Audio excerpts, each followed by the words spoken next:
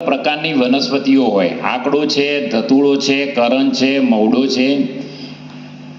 આવી બધી વનસ્પતિઓમાં તમે જુઓ કે તમે ક્યાંક ચાલતા હોય, રસ્તે જતા હોય તો ઘણી વનસ્પતિઓ એવી હોય લીલી હોય એને કોઈ જીવાત ખાય નહીં, કે ગાય પણ ના ખાય.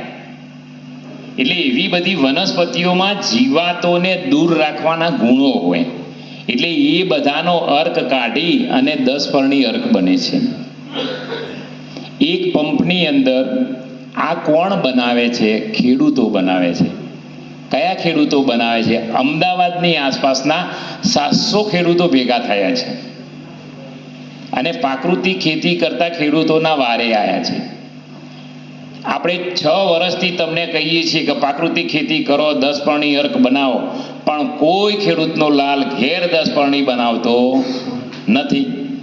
એટલે એ લોકોએ જહેમત ઉઠાવી છે અને અનેક વનસ્પતિઓ લેવા માટે આસપાસના વિસ્તારોમાંથી એ ખેડૂતો જાય છે અને એમને એક વોટ્સઅપ ગ્રુપ બનાવ્યું, એનું નામ છે ગ્રીન કમાન્ડો. એક વોટ્સઅપના માધ્યમથી એ ખેડૂતો, હમણાં તમને વાત કરું કે મે મહિનાની અંદર 350 ખેડૂતો ત્યાં ભેગા થયા હતા. તમને આજે સાવનભાઈએ કહ્યું હોય કે અહીંયા ખાવાની વ્યવસ્થા નથી, ચા પાણીની વ્યવસ્થા નથી, ક્યાંક બીજે તમને લઈ જવા હોય 100 રૂપિયા જેવું ભાડું થાય, તો કોઈ ખેડૂતનો બચ્ચો જાય ખરો ત્યાં? બસ તારે. અને ત્યાં જે ભેગા